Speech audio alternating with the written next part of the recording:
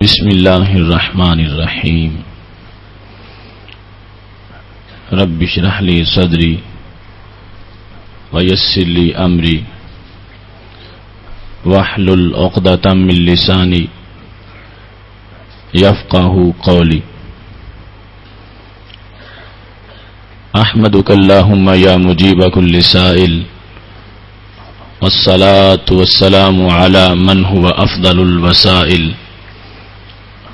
وعلى آلہ واصحابہ ذوی الفضائل اما بعد فاعوذ باللہ من الشیطان الرجیم بسم اللہ الرحمن الرحیم ان الذین آمنوا وعملوا الصالحات واقاموا الصلاة وآتوا الزکاة لهم اجرهم عند ربهم ولا خوف عليهم ولا هم يحزنون صدق الله العظيم وصدق رسوله النبي الكريم الأمين إن الله وملائكته يصلون على النبي يا أيها الذين آمنوا صلوا عليه وسلموا تسليما الصلاة والسلام عليك يا سيدي يا رسول الله وعلى آلك واصحابك يا حبيب الله مولاي صل وسلم دائما ابدا على حبيبك خير الخلق كلهم يا أكرم الخلق مالي من ألوذ به سواك عند حلول الحادث العممي ربي صل وسلم دائما ابدا علی حبیبک خیر الخلق کلہم. اللہ تبارک و تعالی جل جلالہ وعم نوالہ واتم برہانہ وعظم شانہ کی حمد و ثنا اور حضور پر نور شافع یوم النشور دستگیر جہاں غم گسار زماں سید المرسلین خاتم النبیین احمد مجتبی جناب محمد مصطفیٰ صلی اللہ علیہ وآلہ واصحابہ وبارک وسلم کے دربار گوہر بار میں ہدیہ درود و سلام عرض کرنے کے بعد وارثان منبر و محراب ارباب فکر و دانش اصحاب محبت و مودت نہایت ہی محتشم حضرات و خواتین، رب ذوالجلال کے فضل اور توفیق سے ماہ رمضان المبارک کے عشرہ رحمت میں ایک نہایت پر نور صبح میں ہم سب کو ادارہ صراط مستقیم کہ فہم دین کورس میں شرکت کی سعادت حاصل ہو رہی ہے. ہماری آج کی گفتگو کا موضوع ہے فہم زکوٰۃ. میری دعا ہے خالق کائنات جل جلالہ ہم سب کو قرآن و سنت کا فہم عطا فرمائے اور قرآن و سنت پر عمل اس کے اور ابلاغ و تبلیغ کی توفیق عطا فرمائے. یہ موضوع بھی نہایت اہم موضوعات میں سے ہے چونکہ زکوٰۃ ارکان دین میں سے ہے اور قرآن مجید برہان رشید میں بار بار خالق کائنات جل جلالہ نے امت مسلمہ کو اس کا حکم دیا ہے، بلکہ تمام انبیاء کرام علیہم السلام ہی اپنے دور میں جو ان کی شریعت کے مطابق زکوٰۃ کا حکم تھا وہ اس کی طرف اپنی اپنی امم کو متوجہ فرماتے رہے. میں نے سورہ بقرہ کی آیت نمبر 277 آپ کے سامنے تلاوت کی. ان الذین آمنوا وعملوا الصالحات، بے شک وہ لوگ جو ایمان لے آئے اور انہوں نے نیک کام کیے. no doubt those who have accepted faith وَعَمِلُوا الصَّالِحَاتِ and did good deeds وَأَقَامُوا الصَّلَاةَ and established prayer وَآتَوُا الزَّكَاةَ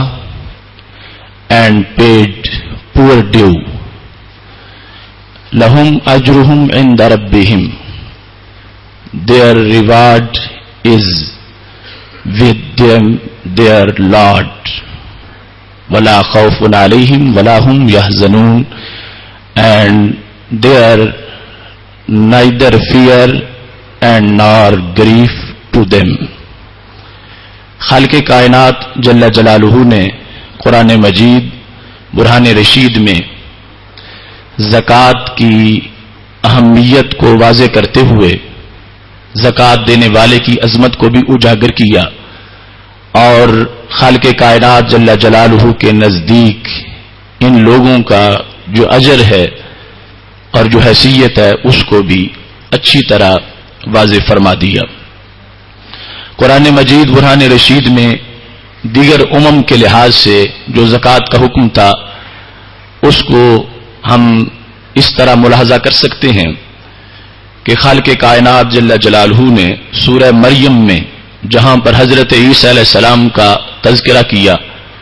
تو خالق کائنات جل جلالہ جب ان کی وہ گفتگو جو انہوں نے پنگھوڑے میں کی تھی اس کو رب ذوالجلال بیان کرتا ہے تو جہاں وہ یہ اعلان کر رہے تھے انی عبداللہ کہ میں اللہ کا بندہ ہوں مجھے کتاب دی گئی ہے وہاں ان کے یہ بھی لفظ تھے وَجَعَلَنِي مُبَارَكًا أَيْنَمَا كُنْتُ وَأَوْصَانِي بِالصَّلَاةِ وَالزَّكَاةِ مَا دُمْتُ حَيًّا. سورہ مریم کی آیت نمبر 31 ہے کہ حضرت عیسیٰ علیہ السلام پنگھوڑے میں کہہ رہے تھے کہ اللہ نے مجھے برکت والا بنایا ہے جہاں بھی میں رہوں گا اور خالق کائنات جل جلالہ نے مجھے نماز کا بھی حکم دیا ہے اور زکوٰۃ کا بھی حکم دیا ہے. حضرت عیسیٰ علیہ السلام اس وقت اپنے کردار کے لحاظ سے اور اللہ کی طرف سے جو ان پر فرائض لازم کیے گئے تھے ان کا تعارف کرواتے وقت اس وقت نماز کے ساتھ زکوٰۃ کا ذکر کر رہے تھے. ایسے ہی قرآن مجید میں جہاں خالق کائنات جل جلالہ حضرت اسماعیل علیہ السلام کا ذکر کرتا ہے تو رب ذوالجلال کا اسی سورہ مریم کی آیت نمبر 54 اور 55 میں خالق کائنات فرماتا ہے وَاذْكُرْ فِي الْكِتَابِ إِسْمَاعِيلَ إِنَّهُ كَانَ صَادِقَ الْوَعْدِ وَكَانَ رَسُولًا نَبِيًّا کہ رسول اکرم صلی اللہ علیہ وسلم آپ کتاب کے اندر حضرت اسماعیل علیہ السلام کا ذکر کریں بے شک وہ وعدہ کو سچا کرنے والے نبی تھے اور وہ رسول نبی تھے اور وَكَانَ يَأْمُرُ أَهْلَهُ بِالصَّلَاةِ وَالزَّكَاةِ اور ان کی شان یہ ہے کہ وہ اپنے اہل کو نماز کا بھی حکم دیتے تھے اور زکوٰۃ کا بھی حکم دیتے تھے. ایسے ہی سورہ انبیاء کے اندر خالق کائنات جل جلالہ نے چند انبیاء کرام علیہ السلام کا تذکرہ کرنے کے بعد حضرت ابراہیم علیہ السلام حضرت یعقوب علیہ السلام حضرت اسحاق علیہ السلام ان کا تذکرہ کرنے کے بعد خالق کائنات جل جلالہ نے فرمایا ہے سورہ انبیاء کی آیت نمبر 73 ہے وَجَعَلْنَاهُمْ أَئِمَّةً ہم نے ان انبیاء کرام علیہ السلام کو امام بنایا یہدون بِأَمْرِنَا یہ ہمارے حکم سے لوگوں کو ہدایت دیتے ہیں وَأَوْحَيْنَا إِلَيْهِمْ فِعْلَ الْخَيْرَاتِ ہم نے ان کو فعل خیرات کی ان کی طرف وحی کی وَإِقَامَ الصَّلَاةِ نماز قائم کرنے کی وَإِيتَاءَ الزَّكَاةِ اور زکوٰۃ دینے کا حکم ہم نے ان کو کیا. تو اس سے پتہ چلتا ہے کہ زکوٰۃ اگرچہ دیگر امم میں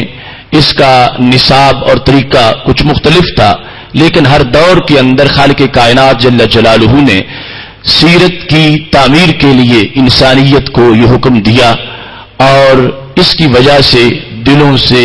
مال کی محبت کم ہوتی رہی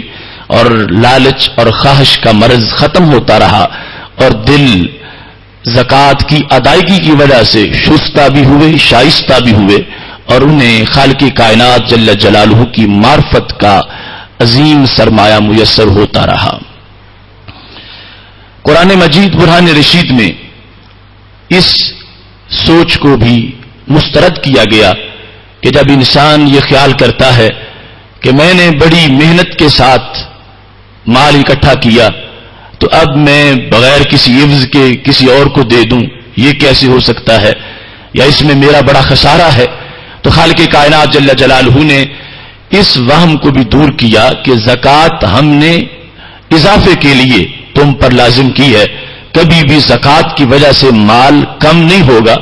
زکوٰۃ کی وجہ سے مال میں برکتیں آ جائیں گی اور مال پہلے سے کہیں زیادہ بڑھ جائے گا۔ خالق کائنات جل جلالہ نے سورہ بقرہ میں ارشاد فرمایا ہے، آیت نمبر 261 ہے، خالق کائنات نے ایک غیر محسوس چیز کو حسی چیز کے ساتھ تشبیہ دے کر ہمیں سمجھا دیا کہ کیسے میں زکوٰۃ کے اندر اضافہ کرتا ہوں اور کیسے برکتیں میسر آتی ہیں۔ خالق کائنات فرماتا ہے مثل الذین ينفقون اموالهم فی سبیل اللہ کمثل حبہ، ان لوگوں کی مثال جو اپنا مال اللہ کے راستے میں خرچ کرتے ہیں، یہ اس دانے کی مثال ہے انبتت 7 سنابل، جس کو زمین میں کاشت کیا گیا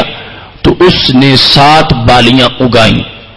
وفی کل سنبلۃ 100 حبہ، اور ہر بالی میں 100 دانہ بن گیا۔ خالق کائنات جل جلالہ فرماتا یہ خود تم کاشت کرتے ہو، دیکھتے ہو، ایک بیج کاشت کیا تھا، اس سے 7 بالیاں نکلی اور ہر بالی کے اندر 100 دانہ موجود تھا، ایک دانے کو 700 میں تبدیل ہوتا تم نے خود دیکھ لیا، یہ تمہارے مشاہدہ کی بات ہے۔ فرمایا واللہ یضاعف لمن یشاء، صرف یہی نہیں اس سے کہیں زیادہ اللہ جس کے لیے چاہتا ہے اس کی نیکی کو پروان چڑھاتا ہے اور نشو و نما دیتا ہے۔ تو مطلب یہ تھا کہ یہ نہ سوچو کہ ہم دیں گے تو ہمیں کوئی نقصان ہو جائے گا، زکوٰۃ کی ادائیگی سے اتنا فائدہ ہوگا کہ بندہ اس کا تصور ہی نہیں کر سکتا کہ خالق کائنات جل جلالہ کس قدر اضافہ فرمانے والا ہے اور کس قدر اس میں برکتیں عطا فرمانے والا ہے۔ چونکہ یہ موضوع نہایت طویل ہے، اگر اس کے اسرار و رموز پر گفتگو کریں تو وہ کئی گھنٹوں کی بحث ہے، اگر اس کی وعیدیں شرعی طور پر جو ان کو بیان کریں تو وہ بھی مستقل موضوع ہے، اور اس کے ساتھ اس کی برکات کو بیان کریں وہ بھی مستقل موضوع ہے۔ لیکن آج ہمارا گفتگو کا جو موضوع ہے بالخصوص وہ زکوٰۃ کے مسائل ہیں، اور زکوٰۃ کے مسائل بھی تمام ایک نشست میں بیان نہیں ہو سکتے، تو ہم ایسا اس کا ضابطہ اور قانون سمجھنے سمجھانے کی کوشش کریں گے کہ جس سے اکثر مسائل کا حل ہمیں معلوم ہو جائے، باقی جزوی طور پر مسائل جو ہیں وہ تو اس کے بڑے طویل ابواب میں بند ہیں۔ بہرحال یہ ماہ رمضان المبارک کا زرخیز موسم ہے، ہم اس میں انشاءاللہ تھوڑا سا پڑھیں گے، اللہ اس کو بھی پروان چڑھائے گا اور اس پر آگے کئی مسائل کا حل جو ہے وہ مرتب ہو جائے گا۔ سب سے پہلے لفظ زکوٰۃ میں اگر غور کریں تو عربی زبان میں یہ لفظ 2 معنی میں استعمال ہوتا ہے۔ لفظ زکوٰۃ کا معنی طہارت بھی ہے اور لفظ زکوٰۃ کا معنی نشو و نما پانا بھی ہے۔ تو مطلب یہ ہے کہ جس وقت کوئی شخص زکوٰۃ دیتا ہے تو اس کے مال کو طہارت مل جاتی ہے، اس کے مال کو پاکیزگی مل جاتی ہے، اور ایسے ہی جس وقت وہ زکوٰۃ دیتا ہے تو اس کا مال پھر بڑھتا ہے، چونکہ خالق کائنات نے فرمایا یمحق اللہ الربا ویربی الصدقات، اللہ سود کو مٹاتا ہے اور صدقات کو پروان چڑھاتا ہے۔ تو اس واسطے یہ زکوٰۃ کا لفظ ہی اس بات پر دلالت کرتا ہے کہ اس میں خالق کائنات جل جلالہ اپنی طرف سے برکتیں شامل فرمانے والا ہے۔ شریعت کی زبان میں زکوٰۃ کی جامع تعریف یہ ہے تملیک جزء مال مخصوص من مال مخصوص لشخص مخصوص للہ تعالی۔ یہ الفاظ کو اگر عربی میں یاد نہ بھی کر سکیں تو اردو میں یہ ان کوزے میں دریا بند ہے۔ تملیک جزء مال مخصوص، مخصوص مال کی مخصوص جز کو کسی کے ملک میں دینا، مم مال مخصوص، جو خاص قسم کے مال سے حصہ حاصل کیا گیا ہو، لشخص مخصوص، معین شخص کو دینا، اور کس لیے دینا؟ للہ تعالی، اللہ کی رضا کے حصول کے لیے. تو اس میں ایک تو یہ ہے کہ ہر مال سے زکوٰۃ نہیں، وہ خاص مال ہے جن سے زکوٰۃ ہے، مال مخصوص. اور پھر مال مخصوص سے جزو مخصوص، اس کا ایک معین حصہ ہے. یہ نہیں ہے کہ ہم پر لازم ہے کہ سارا ہی زکوٰۃ کی حیثیت میں دے دیں. وہ کوئی صدقہ کرتا ہے تو اس کی اپنی ایک ترغیب ہے نیکی کی طرف اور ایک شوق ہے، لیکن شریعت نے 40واں حصہ لازم کیا. تو یہ معین حصہ ہے مال مخصوص کا. اور کس کو دینا؟ لشخص مخصوص. یہ بھی نہیں کہ جس کو جو سامنے آئے اسی کو زکوٰۃ دے دو. اس شخص کے اندر خاص شرائط موجود ہوں تو پھر اس کو زکوٰۃ دی جا سکے گی، ورنہ اس کو زکوٰۃ نہیں دی جا سکے گی. اسی تعریف پر ہم اپنی گفتگو کو انشاءاللہ آگے بڑھائیں گے اور مختلف عناوین اختصار کے ساتھ بیان کریں گے. سب سے پہلا لفظ ہے تملیک، مالک بنانا. اگر زکوٰۃ کا کسی فقیر کو مالک نہیں بنایا جاتا تو وہ زکوٰۃ ادا نہیں ہوتی. چونکہ قرآن مجید میں آتوا الزکاۃ اور وہ ایتا سے ہے. ایتا کا معنی ہے کسی کو دے دینا. لہذا زکوٰۃ کے اندر سب سے پہلی شرط یہ ہے کہ جو چیز آپ زکوٰۃ میں دینا چاہتے ہیں اس کا اگلے مستحق کو مالک بنا دیا جائے. اگر مالک نہیں بنایا جائے گا تو زکوٰۃ ادا نہیں ہوگی. اب اس کے لیے وضاحت سے یہ سن لیں. ایک ہے لفظ اباحت اور ایک ہے تملیک. اباحت ہے کہ کسی کے لیے استفادے کو جائز قرار دینا. آپ نے زکوٰۃ کے پیسے کا کھانا پکا دیا اور اپنے گھر میں فقراء کو بلا کے ان کو کہا کہ یہ کھا لو. اب یہ اباحت ہے کہ ان کے لیے یہ جائز ہے کہ جتنا کھائیں کھا لیں، ساتھ اٹھا کے نہیں لے جا سکتے. تملیک کا مطلب یہ ہے کہ وہ جو چاہے کریں، ان کے ملک کر دیا جائے، ہینڈ اوور ان کی وہ چیز کر دی جائے تو وہ تملیک ہوگی. تو اس سے یہ پتا چلا کہ اگر کوئی شخص اس طرح زکوٰۃ ادا کرنا چاہتا ہے کہ وہ خود کھانا پکا کے پھر اپنے گھر دسترخوان پہ رکھ دیتا ہے فقراء کے سامنے اور اس کو کہتا ہے کہ میں نے زکوٰۃ ادا کر دی، تو یہ زکوٰۃ کی ادائیگی نہیں ہوئی. یہ اباحت تو ہے کہ ان لوگوں کے لیے آپ نے وہ کھانا اپنی طرف سے مباح قرار دے دیا کہ میری اجازت ہے تم کھا سکتے ہو. لیکن زکوٰۃ کے لیے مالک بنانا ضروری ہے. یا تو یہ ہے کہ کھانا ان کے ہاتھ میں تھما دو، وہ لے جائے. پکانے کے بعد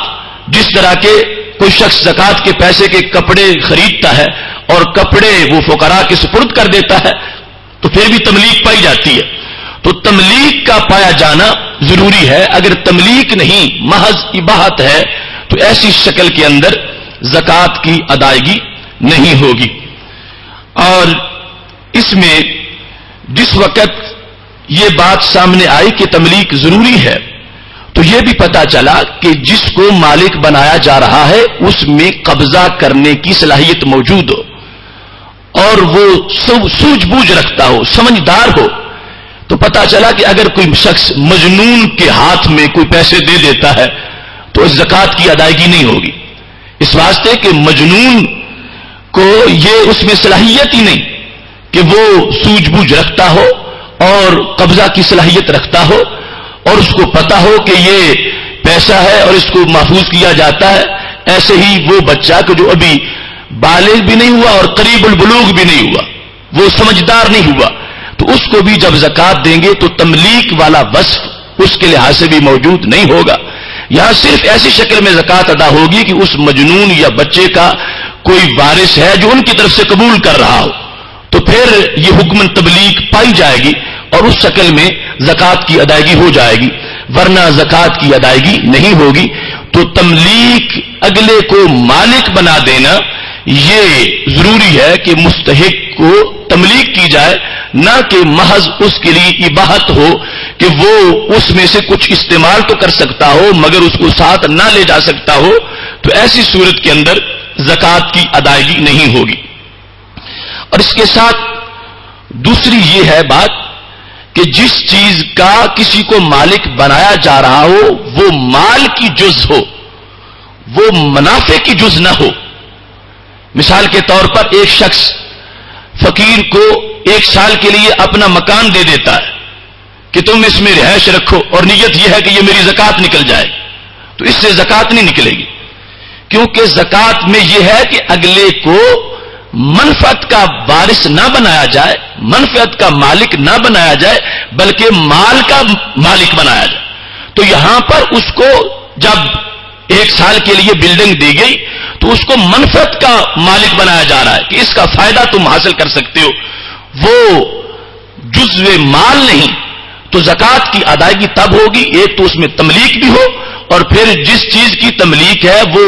کوئی منفعت نہ ہو بلکہ وہ مال ہو، تو پھر اس میں زکات کی ادائیگی ہو سکے گی. اس کے بعد یہ ہے کہ جس مال سے زکات نکالنی ہے وہ مال بھی معین ہے. ہر مال میں شریعت کے لحاظ سے زکات نہیں. چند اموال ہیں کہ جن کی وجہ سے کہ جب بندہ ان کا مالک ہو تو بندے پر زکات دینا لازم ہو جاتا ہے. اس کے لحاظ سے ابتدائی طور پر تو 3 ہی قسمیں تھیں، اب اس میں کچھ تفصیل مزید آ گئی ہے. پہلے تو ہر وہ چیز کہ جس میں ثمنیت موجود ہے اس میں زکات ہے. نمبر 2 جو مال تجارت ہے اس میں زکات ہے. آگے نصاب ابھی بیان کرتا ہوں. اور اس کے بعد وہ جانور کہ جن میں شرط صوم پائی جائے. شرط صوم کا مطلب یہ ہے کہ وہ سال کا اکثر حصہ خود چر کے گزارا کریں، ان کا مالک نہ انہیں چارہ ڈالے اور نہ ہی پانی پلائے. جس طرح کے بیلوں کے اندر جانور ہوتے ہیں کم از کم 6 مہینے اور 1 دن ایسا ان کا گزرے، تو ایسے جانوروں کی پھر آگے ایک لمٹ ہے کہ 40 بکریاں ہوں گی تو ان میں 1 بکری زکات دینا لازم ہو جائے گی. ہمارے ہاں جو جانور لوگوں نے گھروں میں رکھے ہوئے ہیں یا ڈیروں پر جن کو خود چارہ ڈالتے ہیں، ان تمام قسم کے اموال میں جو کہ نیت تجارت سے نہ رکھے گئے ہوں ان سب کے اندر زکات فرض نہیں ہوتی، وہ ان سب کی زکات معاف ہے. شریعت مطہرہ میں ابتدائی طور پر یہ 3 قسمیں تھیں. اب یہ ہے کہ شرط ثمنیت یہ ہے سونے چاندی کے اندر، اور پھر ایک ہے سمن جو خلقتاً سمن ہے، اور ایک ہے جو اصطلاحی طور پر ہے. خلقتاً سونا ہے چاندی ہے، اور اصطلاحی طور پر یہ ہمارا روپے ہے، ہر ملک کی کرنسی ہے. یہ نوٹ اس میں خلقتاً ثمنیت نہیں، سونے چاندی میں خلقتاً ہے، اور اس میں ہر ملک کے قانون کے مطابق اور اصطلاح اور عرف کے مطابق یا اس کے بعد پرائز بانڈ یا اس طرح کی صورتیں مختلف آ گئی ہیں. یہ چیزیں ہیں کہ ان کا ایک نصاب ابھی ہم بیان کریں گے. وہ نصاب جس کے پاس موجود ہوگا، ان اتنی مقدار میں ایسا مال موجود ہوگا تو اس پر زکات دینا لازم ہو جائے گی. سامان تجارت خواہ کسی طرح کا ہو، اس میں اور کوئی چیز بھی پیش نظر نہیں رکھی جائے گی. جو بھی کسی نے خریدتے وقت تجارت کی نیت سے خریدا، اپنے استعمال کے لیے نہیں تجارت کے لیے خریدا، خواہ وہ کوئی گاڑی ہو، خواہ وہ کوئی پلاٹ ہو، خواہ وہ کوئی مشین ہو، کوئی چیز بھی جس کو بنیت تجارت خریدا گیا ہے، وہ اگر نصاب تک اس کی قیمت پہنچ جائے گی تو اس میں بھی زکات دینا لازم ہو جائے گا.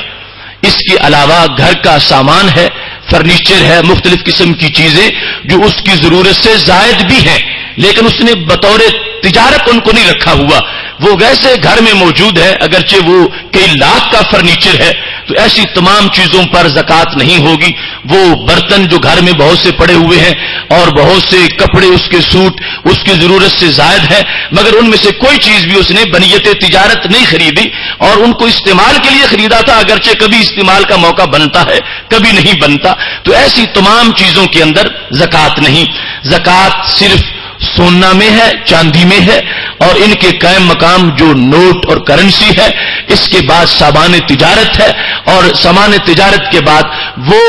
مویشی ان میں سے بکری، گائے، بھینس، اونٹ وغیرہ یہ جو کہ سال کا اکثر حصہ چر کے گزارا کرتے ہوں، اپنے اپنے نصاب کے مطابق ان میں زکات دینا فرض ہے. اس کے علاوہ اگرچہ وہ لفظ زکات اس پر نہیں بولا جاتا لیکن وہ بھی ایک مالی حق ہے معدنیات پر. اگر کسی کی زمین کے اندر کوئی پرانا جاہلیت کے زمانے کا ذخیرہ دفن تھا اور وہ نکل آیا تو اس میں بھی اس پر خمس دینا لازم ہے.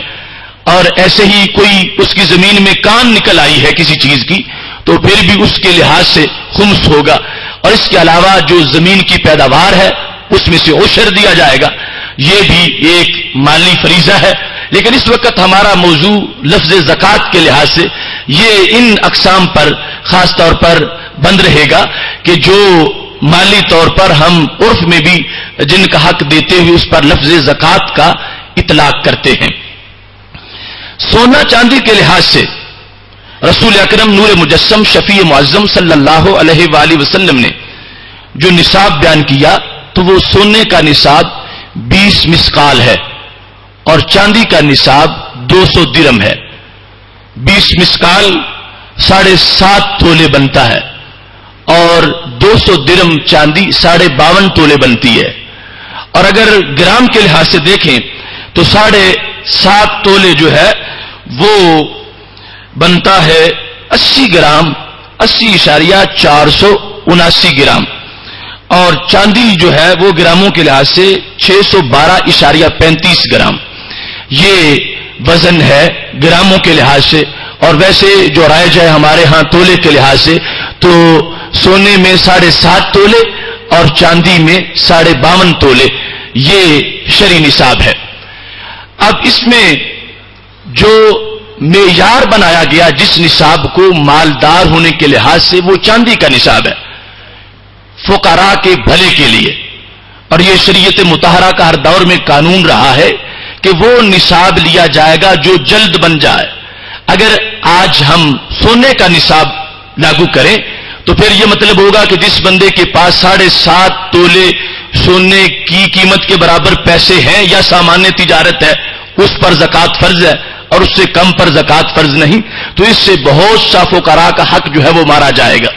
تو اس واسطے شریعت نے جو نصاب جلد بنتا ہو وہ لیا ہے اور وہ نصاب چاندی کا نصاب ہے. اب اس کو توجہ سے سننا اور یہ نصاب سمجھنا اور اس کے لحاظ سے پھر اپنی مالی حیثیت کو پرکھنا یہ بڑا لازم ہے. عمومی طور پر بہت سے لوگ نماز کا اہتمام کر جاتے ہیں اور اچھی بات ہے مگر زکوٰۃ کو بھول جاتے ہیں. حالانکہ بار بار قرآن مجید میں اقیموا الصلاۃ وآتوا الزکاۃ دونوں کو اکٹھا بیان کیا گیا ہے. تو دونوں کی فرضیت ایک جیسی ہے. تو یہ ہمیں اپنا نصاب جو ہے اس کے لحاظ سے اپنے مال کو چیک کر کے سال کے بعد اس کی زکوٰۃ ضرور دینی ہوگی ورنہ فرضیت کے لحاظ سے بندہ عدم ادائیگی کی وجہ سے مجرم قرار پائے گا. تو اس شخص کو شرعی طور پر غنی اور مالدار کہا جاتا ہے کہ جس کے پاس سال کے اول اور آخر میں اس کی ضروریات اصلیہ سے زائد 52.5 تولے چاندی یا اس کی قیمت موجود تھی. 52.5 تولے چاندی خود تھی یا اس کی قیمت کے برابر پیسے تھے یا اتنا سامانیہ تجارت تھا. اس شخص کو شریعت کی زبان کے اندر غنی کہا جاتا ہے کہ جس پر زکوٰۃ دینا فرض ہو چکا ہے. 52.5 تولے چاندی کی قیمت آج کے ریٹ کے لحاظ سے 8,663 روپے بنتی ہے. تو اب خلاصہ یہ ہوا کہ جس شخص کے پاس اپنے ضروریات اصلیہ سے زائد سال کے آغاز میں 8,663 روپے تھے، اگرچہ سال گزرنے کے درمیان یہ کم بھی ہو گئے اور ہو سکتا ہے سارے ختم بھی ہو گئے، لیکن سال مکمل ہونے سے پہلے پھر 8,663 روپے اس کے پاس اگر آ چکے ہیں تو اس شخص پہ زکوٰۃ فرض ہے. یہ اس میں سے 40واں حصہ زکوٰۃ کی شکل میں ادا کرے گا. پورا سال اس کے پاس اتنی رقم کا ہونا یہ ضروری نہیں کہ ہر وقت ہی اس کے پاس اتنی پیسے اتنے بچے ہوئے موجود ہوں. صرف آغاز میں اور اختتام پر اگر یہ صورتحال ہے وہ بندہ صاحب نصاب ہے، وہ بندہ غنی ہے، شریعت کی زبان میں وہ مالدار ہے. اور اس پر جو اب اس کے پاس رقم ہے یعنی ہو سکتا ہے یہ بھی ہو کہ شروع میں وہ 8,500 اس کے پاس تھی، سال کے آخر میں اب 20,000 ہو گئی ہے، تو اب یہ نہیں کہا جائے گا کہ زکوٰۃ وہ صرف 8,500 کی دے، نہیں، جب شروع میں وہ صاحب زکوٰۃ نصاب تھا، سال کے آخر میں اب جتنی بڑھ جائے گی سب میں سے 40واں حصہ دیا جائے گا۔ اگر اب 1,00,000 ہو گئی ہے تو اس کا، 2,00,000 ہو گئی ہے تو اس کا، یہ حولان حول کا معنی ہے کہ اس چونکہ جب سال شروع ہوا تو صاحب نصاب تھا، اب اس کے لحاظ سے اس کو پورا سال ہی مالدار سمجھا جائے گا، اور سال گزرنے کے بعد اس کے پاس جتنی بھی رقم اس کی ضروریات سے زائد ہے اس کے اوپر اس کو زکوٰۃ دینا لازم ہو جائے گی۔ ایسے ہی جس شخص کے پاس سامان تجارت اتنا ہے، 8,663 روپے کا سودا اس کی دکان میں ہے، اور وہ اس کی ضرورت سے زائد ہے، اس کے خرچے سے زائد ہے، اس کے بچوں کے کپڑے اور فیسیں اور اس طرح کی چیزوں سے وہ چیز اس کی قیمت زائد تھی، اور پھر آگے سال گزرتا رہا، اگرچہ سال میں اپ ڈاؤن کا معاملہ بھی جاری رہا، لیکن سال کے آخر میں جب پھر اتنی رقم اس کے پاس ہے کم از کم تو اس پر زکوٰۃ لاگو ہو جائے گی، اس کے وہ سامان تجارت میں یا اس کی چاندی میں یا اس کے پیسوں کے اندر۔ اور اگر اس کے پاس سونا نصاب کے مطابق نہیں، اس سے کم ہے، تو اس پر زکوٰۃ نہیں ہوگی، 4 تولے ہے، 3 تولے ہے، 6 تولے ہے۔ لیکن اگر کچھ بھی چاندی اس کے پاس ہے تو پھر سونے کو چاندی شمار کیا جائے گا۔ اس کے پاس اگر 1 تولہ چاندی ہے اور 4 تولے سونا ہے، اگرچہ سونا اب 7.5 تولے ہوتا تو زکوٰۃ لازم آتی، لیکن چاندی تھوڑی سی بھی سونے کو چاندی بنا لیتی ہے، تو 1 تولہ چاندی کی وجہ سے بھی اس کو وہ 4 تولے سونا جو مثال کے طور پر ہے اس میں دیکھیں گے کہ اس میں تو چاندی جو ہے وہ 52.5 تولے آ سکتی ہے، تو اب 1 تولہ پہلا اور باقی وہ سونے کی شکل میں جو چاندی ہے سب کو شمار کر کے نصاب بنا دیا جائے گا۔ لیکن اگر اس کے پاس چاندی نہیں تو پھر سونا جب اپنی پوری نصاب کو پہنچے گا تو زکوٰۃ ہوگی، ورنہ اس پر زکوٰۃ نہیں ہوگی۔ تو یہ مشترکہ معاملہ ہے پیسے کا، سامان تجارت کا اور چاندی کا، جس وقت یہ نصاب ہے اور یہ معیار ہے، اس کو سامنے رکھ کے کسی بندے نے اپنے معاملے کو چیک کرنا ہے کہ کیا مجھ پہ زکوٰۃ فرض ہے یا نہیں۔ اتنے پیسے اگر اس کے پاس ضرورت سے زائد تھے تو وہ بندہ مالدار ہے، اس کو اپنے مال کی زکوٰۃ دینا پڑے گی۔ باقی یہ جو سال کا میں ذکر کر رہا ہوں تو شریعت میں کوئی ایسا مہینہ یا نہیں کہ جس کو زکوٰۃ کے لحاظ سے وقت بنایا گیا ہو کہ اگر اس میں زکوٰۃ دی جائے تو ادا ہوتی ہے یا آگے پیچھے ہو تو قضا ہو جاتی ہے۔ شریعت کے لحاظ سے ایسی کوئی تعین نہیں، انسان خود اپنا ایک وقت معین کر سکتا ہے کہ اس نے رمضان کو معیار بنایا ہوا ہے کہ اس سال رمضان میں دیتا ہوں اور آئندہ سال بھی رمضان کی 4 تاریخ کو 5 تاریخ کو دوں گا، یہ مطلب ہے سال سے کہ اس نے جو خود ایک معیار بنا رکھا ہے اس تاریخ کو اس کے پاس ضرورت سے زائد اتنے پیسے موجود تھے، اگرچہ سال کے دوران اس سے کم بھی ہو گئے، پھر جب وہ تاریخ آئی تو اتنے پیسے ہی موجود تھے یا اس سے زائد تھے، تو جتنے اس کے پاس موجود ہوں گے زائد کی شکل میں بھی سب میں سے اس کو 40واں حصہ زکوٰۃ کی شکل میں ادا کرنا پڑے گا۔ اس میں کچھ شرائط ایسی ہیں کہ جن کو ہم فرضیت زکوٰۃ کی شرائط کے عنوان سے تعبیر کر سکتے ہیں، اور کچھ ایسی ہیں جن کو صحت ادائے زکوٰۃ کی شرط بنا سکتے ہیں۔ تو فرضیت زکوٰۃ کے لحاظ سے 10 شرائط ہیں، یہ 10 شرائط بندے میں جو دینے والا ہے اس میں اور اس کے مال میں 10 شرائط موجود ہوں گی تو پھر اس پر زکوٰۃ فرض ہوگی، ورنہ اس پر زکوٰۃ فرض نہیں ہوگی۔ ایسی کچھ شرائط اس بندے کے لیے ہے جس کو دینی ہے، وہ پائی جائیں گی اس میں تو پھر اس کے لیے زکوٰۃ لینا جائز ہے، ورنہ اس پر حرام ہے کہ وہ زکوٰۃ کا پیسہ لے۔ اور ایسے ہی مال کے لحاظ سے بھی شرائط ہیں جن کا بھی تذکرہ ہو رہا ہے۔ تو فرضیت زکوٰۃ کے لحاظ سے سب سے پہلی شرط مزکی کے لیے کہ جس پر زکوٰۃ فرض ہوگی، زکوٰۃ دینا اس پر لازم ہوگا، سب سے پہلی شرط ہے حریت، کہ وہ آزاد ہو، غلام نہ ہو۔ تو اس لحاظ سے آج کوئی الجھن نہیں، چونکہ وہ غلام جس کو شرعی طور پر عبد کہا جاتا ہے اور اس کے مختلف احکام ہیں، آج وہ موجود نہیں۔ آج اللہ کے فضل سے سارے آزاد ہی آزاد ہیں، اور اس شرط کے لحاظ سے کوئی بھی ایسا نہیں کہ جس میں اب یہ شرط موجود نہ ہو۔ دوسرے نمبر پر ہے اسلام، مومن ہونا، کافر پر زکات نہیں، اس واسطے کہ وہ سب سے پہلے اس سے تقاضا کلمہ کا ہے کہ وہ کلمہ اسلام پڑھے، اس کے بعد کسی عبادت کی اس کی طرف نسبت ہوگی۔ اب نماز کافر پہ فرض نہیں، اس پر اسلام لانا فرض ہے، وہ پہلے اسلام لائے گا اور پھر وہ نماز کا مکلف ہوگا۔ ایسے ہی زکات جو ہے پہلے بندہ کلمہ گو ہوگا، کلمہ پڑھے گا، اس کے بعد اس پر زکات فرض ہو جائے گی جب وہ نصاب کو پہنچ جائے گا۔ تیسرے نمبر پر ہے بالغ ہونا، اگر کوئی شخص بچہ ہے، کوئی صبی ہے، تو اس کے مال پر زکات فرض نہیں ہوتا ہے۔ اس طرح کے بچوں کی بھی بڑی بڑی جاگیریں ہو سکتی ہیں اور چھوٹی عمر میں ان کے سپرد کر دی جاتی ہے یا ورثے میں ان کو مل جاتی ہے، تو سبھی کے مال میں زکات فرض نہیں۔ جب بالغ ہو جائے گا تو پھر اس کے مال کے اندر زکات فرض ہوگی۔ چوتھے نمبر پر یہ ہے کہ عاقل ہو، مجنون کے مال میں زکات فرض نہیں۔ ایک شخص پاگل ہے، مجنون ہے، اگرچہ کروڑ پتی ہو، اس کے پیسے میں اس پر زکات فرض نہیں۔ مجنون پر زکات نہیں، عاقل ہوگا تو پھر اس پر زکات فرض ہوگی۔ اس کے بعد ہے کہ اس مال کے اندر شرائط ہوں کہ وہ زکات کے وجوب والا مال ہو، جس طرح کہ ابھی میں نے ذکر کیا، وہ مختلف اقسام سونے چاندی کے لحاظ سے، سامان تجارت کے لحاظ سے، تو گھر کا جو فرنیچر ہے اب وہ بھی مال تو ہے لیکن اس میں زکات کے وجوب والی شرط موجود نہیں۔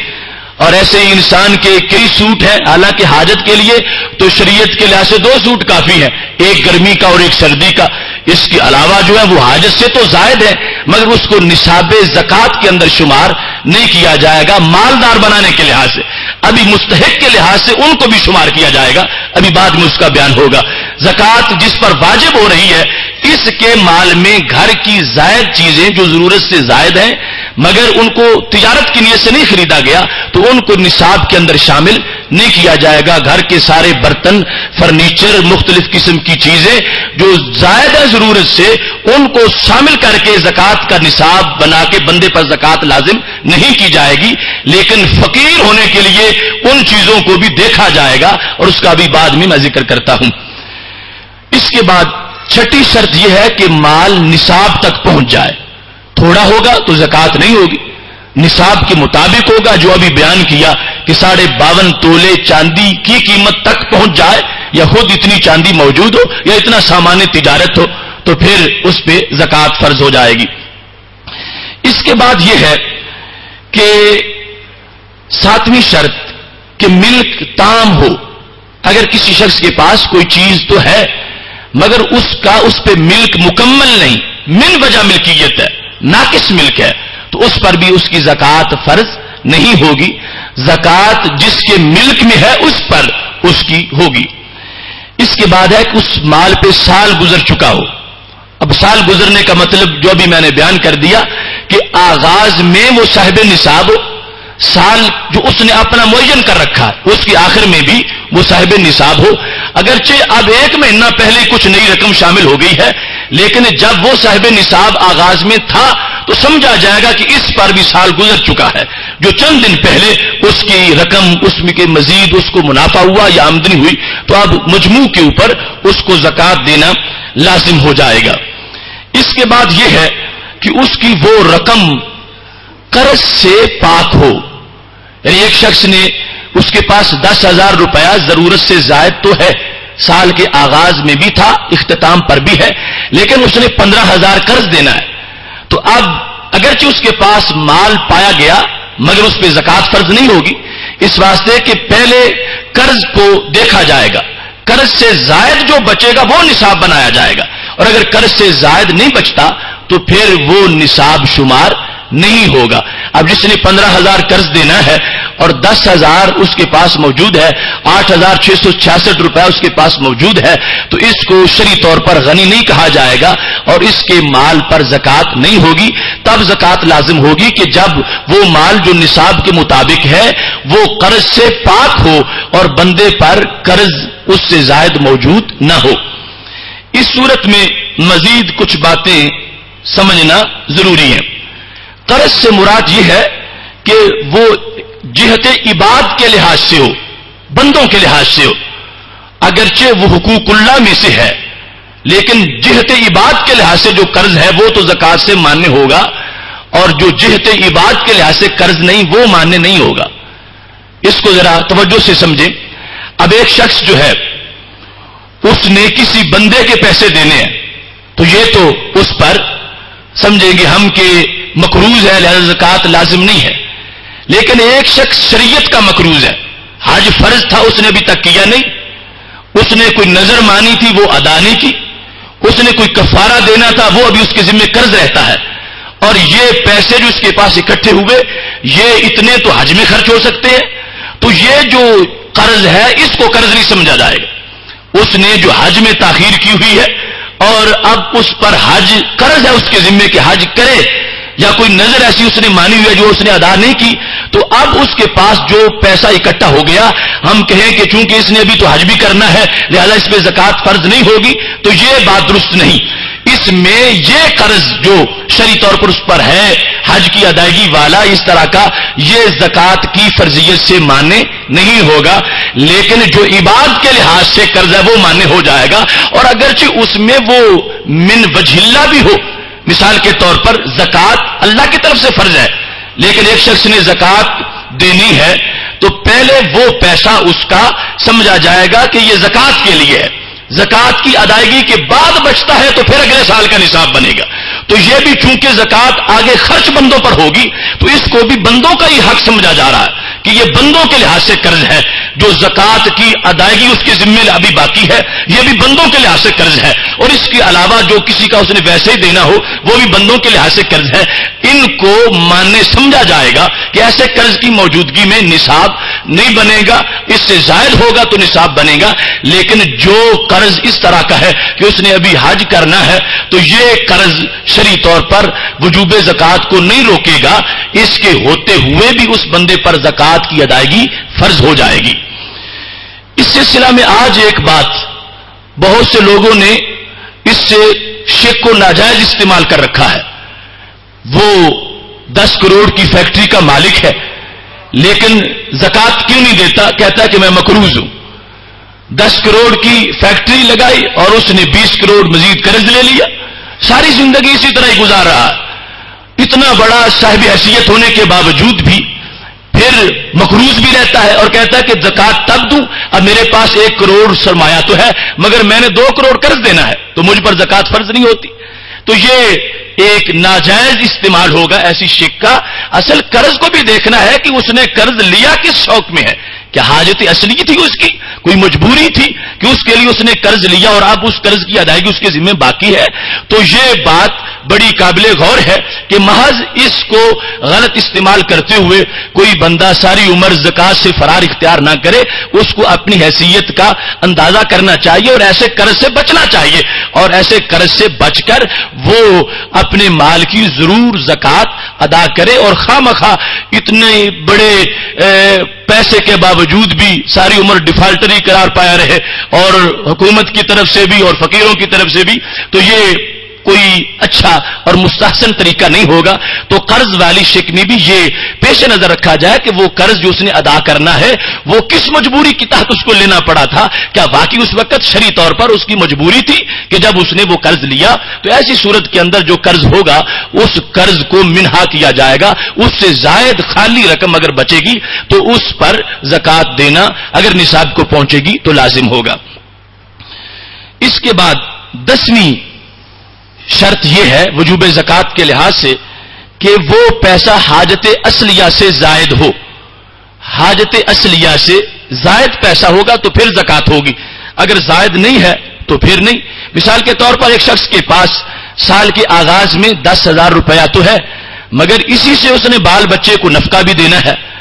اور اس کے لیے اس نے آلات حرب کو بھی خریدنا ہے، یا جس شعبے میں وہ کام کرتا ہے اس شعبے کا کوئی اوزار اس نے خریدنا ہے، یا اس نے اپنی سواری گزارے کے مطابق خریدنی ہے، یا اس نے اپنا مکان بنانا ہے، تو یہ ساری چیزیں جو ہیں یہ حاجات اصلیہ میں سے ہیں۔ تو ان سے جو چیز زائد ہوگی اس کو وہ شمار کیا جائے گا، اور اس کے لحاظ سے جب وہ صاحب نصاب ہوگا تو اس پر زکات دینا لازم ہوگی۔ حاجات اصلیہ میں بھی شرعی طور پر اس کو یہ توازن رکھنا پڑے گا کہ حاجت اصلیہ ہے کتنی. اب اس کا گزارا اگر 2 مرلے کے مکان میں بھی ہو سکتا ہے تو وہ ساری زندگی پیسے اکٹھا کرتا رہے کہ میں 1 ایکڑ کی کوٹھی بنانا چاہتا ہوں اور ابھی مجھ پہ زکات فرض نہیں ہوئی چونکہ میرا مکان نہیں ہے, تو یہ صورتحال بھی درست نہیں ہوگی. اس میں بھی اس کو تناسب کے لحاظ سے جو موزونیت ہے وہ اپنی حاجت کو بھی دیکھے, اپنے اخراجات کو دیکھتا ہوا اس کے لحاظ سے وہ اپنے اس چیک کو استعمال کرے. تو یہ 10 شرائط ہیں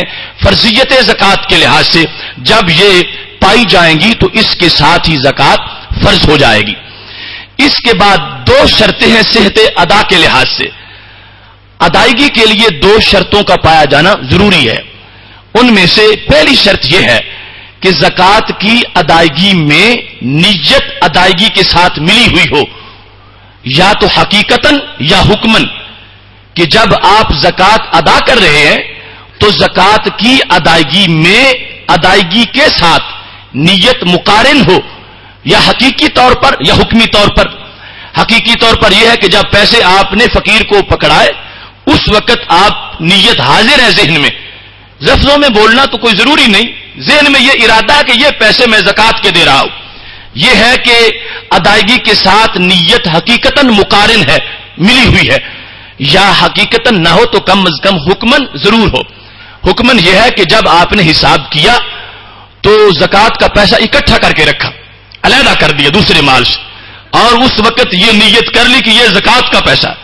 اب وہاں سے اٹھا کے دیتے وقت اگرچہ نیت زکات نہ بھی ہو پھر بھی وہ زکات ادا ہو جائے گی, اس واسطے کہ اس میں حکماً نیت جو ہے وہ موجود ہے کہ اس کو جب علیحدہ کر کے رکھا گیا اس میں زکات کی نیت تھی. آگے ادائیگی کے وقت اگرچہ ہو یا نہ ہو وہ زکات ادا ہو جائے گی. لیکن اس شرط میں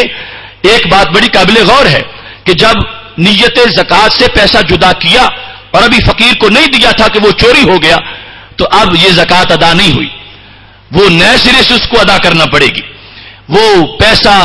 ضائع ہو گیا, جل گیا, چوری ہو گیا, ایسی صورت کے اندر زکات کی ادائیگی نہیں ہوگی. لیکن جب اس نے نیت سے جدا کر کے رکھا ہوا تھا, اب حکماً وہاں پر نیت پائی گئی, وہ جب دیتا ہے اگرچہ اس وقت کہیں خیال اور تھا اور اٹھا کے پیسے فقیر کو پکڑا رہا تھا انہی میں سے, تو پھر زکات کی ادائیگی ہو جائے گی. ایسے ہی اس نے کسی شخص کو وکیل بنایا تھا تو اس کو پیسے دیے کہ جاؤ میری طرف سے تم جا کے زکات دے آؤ. اب اگرچہ فقیر کو جب وہ وکیل دے رہا ہے اس وقت اس بندے کو پتہ ہی نہیں کہ وہ دے رہا ہے یا کہاں ہے, تو اب یہ بھی حکماً مقارنت ہے کہ جب اس نے وکیل کو وہ پیسے دیے, وکیل سے مراد یہ ہمارے عرف کا وکیل نہیں کہ وہ ضرور بیرسٹر ہی ہو یا وکیل ہو, ہر وہ بندہ جس کو آپ نے یہ سپرد کر دیا کہ تم زکات دے آؤ میری, وہ وکیل ہے آپ کا. تو اس کو دیتے وقت آپ نے جو نیت کی تو یہ نیت معتبر ہے. اب آگے حکماً اس کی تنفیذ اس مال کے ساتھ ہو جائے گی. اس معاملے کے اندر یہ شرعی پہلو بھی بڑا حساس ہے آج کے حالات کے لحاظ سے کہ بینک جس وقت مال کی زکات دیتے ہیں اور حالت جو ہمارے ہاں ہے اس وقت اس بینک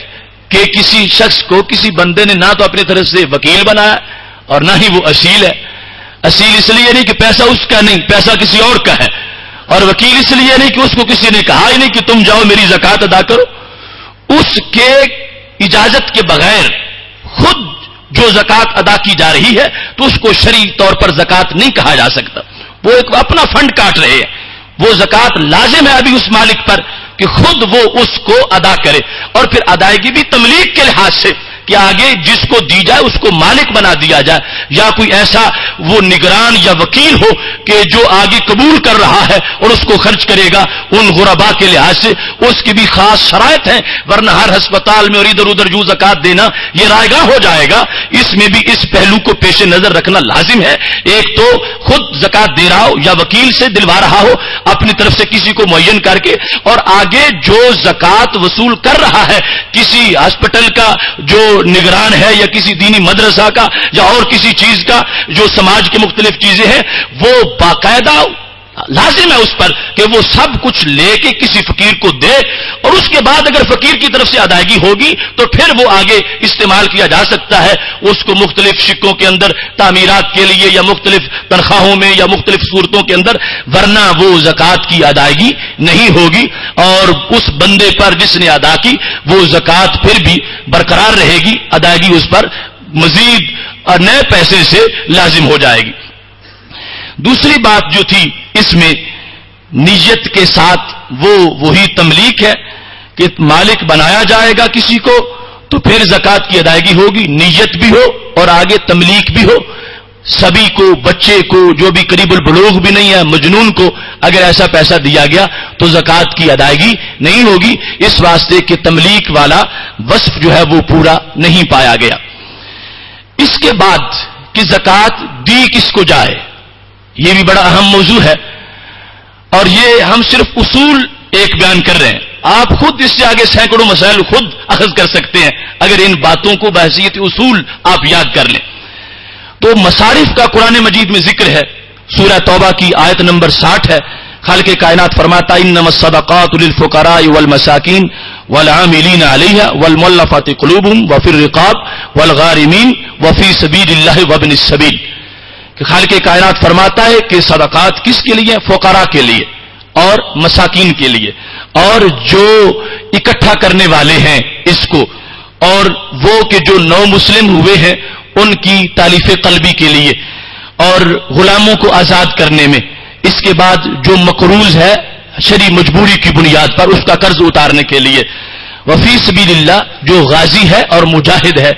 وابن السبیل جو کہ مسافر ہے اور اپنے گھر سے بہت دور تھا اور محتاج ہو گیا، تو ان سب کے لیے یہ 8 مصارف زکوٰۃ کے قرآن مجید برہان رشید نے بیان کیے ہیں۔ ان میں سے آج تالیف قلوب والا جو ہے، چونکہ اسلام کے عروج کے بعد اس کو ضروری نہیں سمجھا جاتا کہ ایسے نو مسلموں کی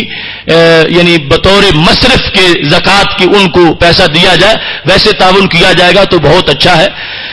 اور یہ بات بھی پیش نظر ہے کہ ذمی کو زکوٰۃ دینا جائز نہیں، جو غیر مسلم ہمارے ملک میں بحیثیت ذمی ہو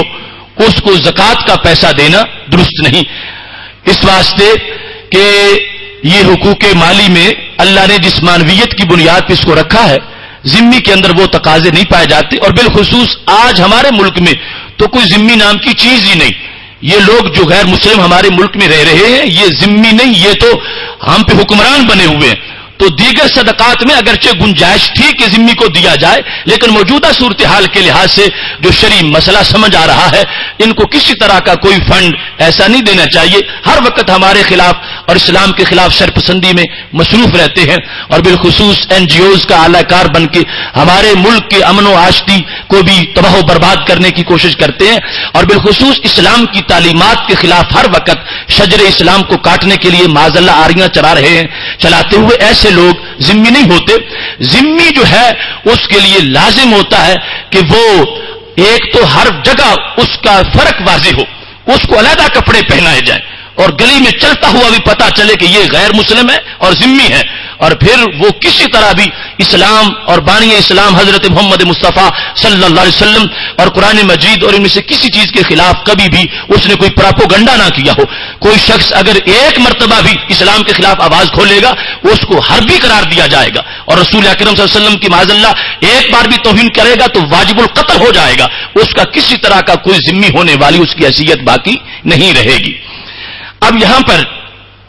سب سے زیادہ جو گفتگو کا ہمارا اس وقت مستحق موضوع ہے مصرف کے لحاظ سے، وہ ہے کہ فقیر اور مسکین کون ہے۔ عرف عام میں ہر شخص ہی زکوٰۃ لینے کے لیے نکلا ہوا ہے، اور وہ چاہتا ہے کہ مجھے زکوٰۃ مل جائے، اور زکوٰۃ لوگ دے بھی دیتے ہیں، اور اس میں بھی تحقیق نہیں کرتے کہ ہم جس کو دے رہے ہیں کیا مستحق بھی ہے یا نہیں۔ جس طرح وہاں پر نماز پڑھتے وقت یہ ضروری تھا کہ یہ دیکھے کیا ظہر کا ٹائم بھی شروع ہوا ہے یا نہیں، کہ ویسے میں سجدہ کر رہا ہوں، اب وقت شروع نہ ہو اور وہ سجدہ کر رہا ہو تو اس کا کیا فائدہ ہوگا اس کو۔ ایسے ہی اگر جو زکوٰۃ جس کو دینا چاہتا ہے وہ مستحق زکوٰۃ ہی نہیں، اور یہ اس کے بارے میں اس کو کھوج ہی نہیں لگاتا اور دیکھتا ہی نہیں، تو یہ اس کی اپنی کمزوری ہے، ہو سکتا ہے اس کا سارا دیا ہوا رائے گاں چلا جائے۔ تو یہ پہچاننا بھی ضروری ہے کہ شرعی طور پر فقیر اور مسکین کس کو کہا گیا ہے۔ تو محتشم سامعین حضرات، شرعی طور پر وہ بندہ مستحق زکوٰۃ ہے، اگرچہ صحیح البدن ہو، تندرست ہو، لیکن اس کے پاس گھر میں ضرورت اصلیہ سے زائد 52.5 تولے چاندی کی قیمت کے برابر کوئی چیز بھی موجود نہیں، یا اتنا پیسہ اس کے پاس موجود نہیں، وہ شرعی طور پر زکوٰۃ کا مستحق ہوگا۔ اب اس میں ایک شخص کی ضروریات اصلیہ ہیں 2 سوٹ، اور گھر کے جتنے فرد اتنی چارپائیاں، اتنے گلاس اور اتنے برتن۔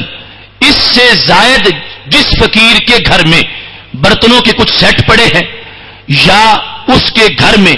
ضرورت سے زائد کوئی موٹر سائیکل ہے، کوئی فریج ہے ضرورت سے زائد، چارپائیاں ضرورت سے زائد ہے، فرنیچر ضرورت سے زائد ہے، کپڑے ضرورت سے زائد ہیں، ان ساری چیزوں کا ریٹ لگایا جائے گا، ان ساری چیزوں کو شمار کیا جائے گا۔ اگر اس کے گھر میں اس کی ضرورت سے زائد جو چیزیں ہیں ان کی قیمت 8,666 روپے بنتی ہے، تو اس شخص پر زکوٰۃ لینا حرام ہے، وہ شرعی طور پر فقیر نہیں۔ اگرچہ اس پر زکوٰۃ فرض نہیں کہ وہ آگے اپنی زکوٰۃ نکال کے کسی کو دے، فرضیت میں یہ گھر کی زائد چیزیں شمار نہیں ہوگی، لیکن فقیر بننے کے لیے ان کو شمار کیا جائے گا۔ اس کے گھر میں ضرورت سے زائد جو گھڑی ہے، ضرورت سے زائد جو برتن ہیں، ضرورت سے زائد کپڑے ہیں، ضرورت سے زائد کوئی مشین پڑی ہے، ضرورت سے زائد کوئی چیز گھر میں موجود ہے، کہ ان سب کو ملا کے قیمت لگائی جائے تو 8,663 روپے آج کے ریٹ کے لحاظ سے چاندی کے 52.5 تولے کی قیمت بنتی ہو، تو اس کو شریعت فقیر نہیں کہتی، وہ مسکین نہیں ہے، وہ مستحق زکوٰۃ نہیں ہے، وہ لے گا تو خود جہنمی بنے گا کہ اس نے غیروں کا حق مارا ہے، اور دینے والا اگر اس نے تدبر ہی نہیں کیا تو اس کو بھی خسارہ ہوگا۔ ہاں، یہ ضروری نہیں کہ اب یہ پوری زندگی کسی کا گھر دیکھنے میں ہی بسر کرے اور اس کی کھوج لگاتا رہے، لیکن مناسب سی کوشش تو کرے، کچھ نہ کچھ کسی محلے والے سے پوچھ لے، اور کچھ اس کے بارے میں جاننے کے بعد کہ یہ واقعی مستحق زکوٰۃ بھی ہے یا نہیں، تو جس وقت وہ مستحق زکوٰۃ پایا جائے گا کہ اس کے پاس اگرچہ اس کے رہنے کا گھر موجود ہے، لیکن ضروریات اصلیہ سے زائد، ہمارے گھروں میں آج سینکڑوں چیزیں ضروریات اصلیہ سے زائد ہیں۔ اگر کسی فقیر کے گھر میں کپڑے شمار کر لو، بستر جو گرمی سردی کے اس کے افراد کے اور چند مہمانوں کے علاوہ زائد ہیں وہ شمار کر لو، گھڑیاں دیکھ لو، اس کے علاوہ برتن مختلف دیکھ لو، تو ایسی چیزیں وہ بنائیں گے تو وہ 8,500 تک پہنچ جائیں گی۔ تو بہت کم ہے کہ جو بندہ شرعی طور پر مستحق زکوٰۃ ہو، تو یہ بات بھی پیش نظر ہونی چاہیے، اور ایسے شخص کو تلاش کر کے اس کو زکوٰۃ دینی چاہیے۔ زکوٰۃ کی ادائیگی میں یہ بات بھی ضروری ہے کہ زکوٰۃ سادات کو نہیں دی جا سکتی، اور یہ ان کی عظمت کی وجہ سے، اور ایسے ہی بندہ نہ اپنے اصول کو زکوٰۃ دے سکتا ہے، نہ اپنے فروع کو زکوٰۃ دے سکتا ہے۔ اصول کا مطلب یہ ہے کہ اپنے باپ کو بھی نہیں دے سکتا، اپنے دادا جی کو بھی نہیں دے سکتا، پردادا کو بھی نہیں دے سکتا، اوپر جہاں تک چلے جاؤ، اور نیچے اپنے بیٹے کو بھی نہیں دے سکتا، پوتے کو بھی نہیں دے سکتا، پڑپوتے کو بھی نہیں دے سکتا۔ ان اصول اور فروع کے لحاظ سے زکوٰۃ دینا وہ ناجائز ہے۔ ایسے ہی عورت اپنے خامند کو نہیں دے سکتی، خامند اپنی عورت کو نہیں دے سکتا، لیکن اس کے علاوہ کچھ رشتے ایسے ہیں کہ جہاں پر زکوٰۃ دی جائے تو اس میں شرعی طور پر کوئی حرج نہیں، بلکہ اچھا ہے کہ پہلے اپنے خاندان میں رشتہ داروں میں جو مستحق زکوٰۃ لوگ ہیں ان کو تلاش کر کے ان کو زکوٰۃ دی جائے۔ تو اس سلسلہ میں بندے کا بھائی اگر فقیر ہے، بہن فقیرہ ہے، واقعی مستحق ہے، تو یہ ان کو زکوٰۃ دے سکتا ہے، اپنی پھوپھی کو زکوٰۃ دے سکتا ہے، اپنی خالہ کو دے سکتا ہے، خالو کو دے سکتا ہے۔ تو یہ زکوٰۃ اصول فروع کے لحاظ سے دینا ناجائز ہے، لیکن دائیں بائیں جو ساتھ رشتہ داریاں بن رہی ہیں، اگر وہ شخص واقعی مستحق زکوٰۃ ہے تو اس کو زکوٰۃ دی جائے گی۔ بلکہ اس سلسلہ میں حدیث شریف میں یہاں تک آیا ہے کہ الصدقۃ علی المسکین صدقہ وہی لذی الرحم اثنتان، کہ میرے نبی علیہ السلام فرماتے ہیں یہ مسکین کو دو گے تو ایک زکوٰۃ ہے، اور اگر وہ فقیر رشتہ دار بھی ہے تمہارا تو پھر ڈبل زکوٰۃ ہے، پھر تمہیں دوہرا اجر مل جائے گا، ایک صلہ رحمی والا اور دوسرا زکوٰۃ کی ادائیگی والا۔ تو اس واسطے یہ مسئلہ بھی پیش نظر رہنا چاہیے، زکوٰۃ کی ادائیگی ہوگی تو پھر یہ انسان سرخرو ہو جائے گا، مال ایک بوجھ ہے، ایک کثفت ہے، اس کے اندر بڑے فتنے فساد ہوتے ہیں. زکوٰۃ کی ادائیگی سے یہ محفوظ ہو جاتا ہے. پھر انسان کا مال ناجائز جگہ پہ خرچ نہیں ہوتا اور وہ فتنوں میں اور مختلف بیماریوں میں، مصیبتوں میں نہیں پھنستا. اور قیامت کے دن بھی اس کو خالق کائنات جل جلالہ یہ اعزاز دے گا کہ دوسری طرف تو جن لوگوں نے زکوٰۃ نہیں دی ان کی یہ وعید بیان کر دی، والذین یکنزون الذهب والفضة ولا ينفقونها في سبیل اللہ فبشرهم بعذاب علیم.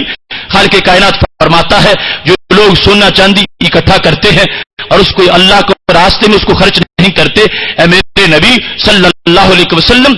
ان کو دردناک عذاب کی خوشخبری سنا دو. یوم یحمى علیہا فی نار جہنم، وہ دن قیامت کا کہ جس دن اس سونے کو چاندی کو جہنم کی آگ میں گرم کیا جائے گا. فتقوى بها جباههم وجنوبهم وظهورهم هذا ما كنزتم لانفسكم فذوقوا ما كنتم تكنزون. اللہ فرمائے گا گرم کر کے اس کا وہ سونا چاندی اس کے ماتھے پہ لگایا جائے گا، اس پہ پہلو پہ داغ دیے جائیں گے اور پیٹھوں پہ لگایا جائے گا اور کہا جائے گا یہ ہے وہ جو تم بچا کے رکھتے تھے، اب چکھو اس کا ذائقہ جو تم خزانہ کرتے تھے. اتنی ہلاکتیں ہوں گی. رسول اکرم صلی اللہ علیہ وسلم فرماتے ہیں وہ مال سانپ بن جائے گا اور اس بندے کے گلے میں لٹکا دیا جائے گا اور اس کے بڑے بڑے سانپ کے جبڑے ہوں گے اور وہ گنجا سانپ اس کو ڈسے گا اور پھر کہے گا آنا مالوں کا وانا کنزوں کا، میں ہوں تیرا سونا اور میں ہوں تیری چاندی اور میں ہوں تیرا پیسہ جو تو کہ زکات سے بچا کے رکھتا تھا. اب پیارا مال جب اتنی تکلیف دے گا تو اس وقت بندے کے درد کی حیثیت کیا ہوگی. آج ہمیں اس فرضیت کو محسوس کرتے ہوئے اپنے مال کا ضرور حق ادا کرنا چاہیے. وآخر دعوانا ان الحمد للہ رب العالمین.